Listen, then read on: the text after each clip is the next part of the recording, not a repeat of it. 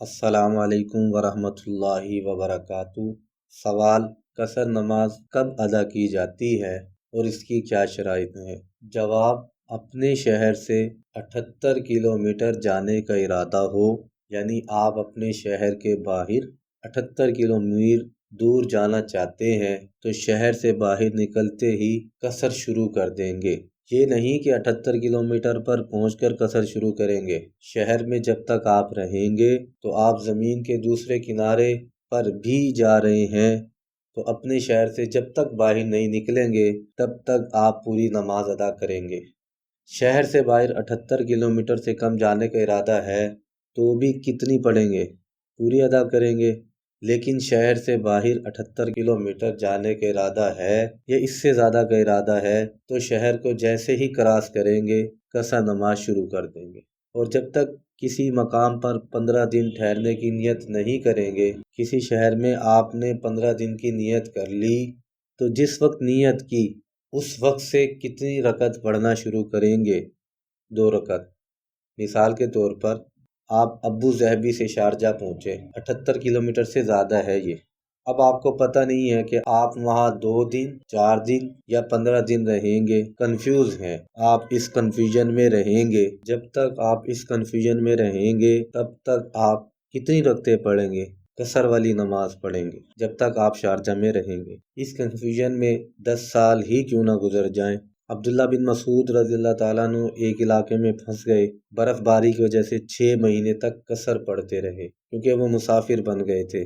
आप शारजा पहुंच गए, आप कंफ्यूज हैं कि कितनी पढ़ें, पूरी नहीं सफ़र वाली नमाज पढ़ते रहेंगे।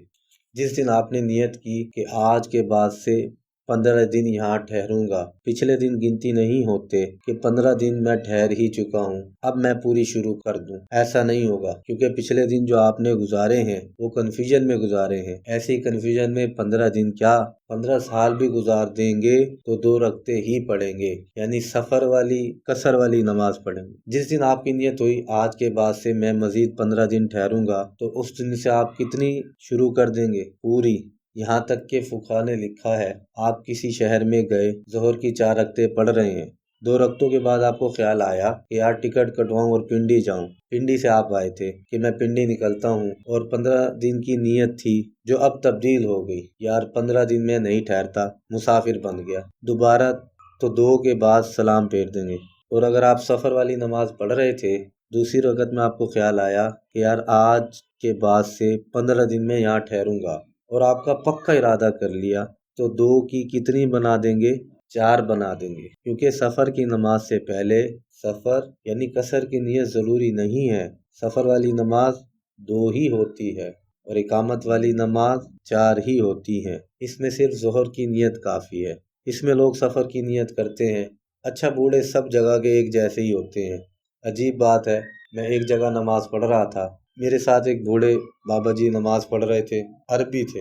हालांकि अरब तो ज़बान से नियत को बिदअत समझते हैं, लेकिन वो अरबी में ऐसे ही नियत कर रहा था जैसा कि हमारे पाकिस्तान में करते हैं। इसका मतलब बूढ़े हर जगह एक ही जैसे होते हैं।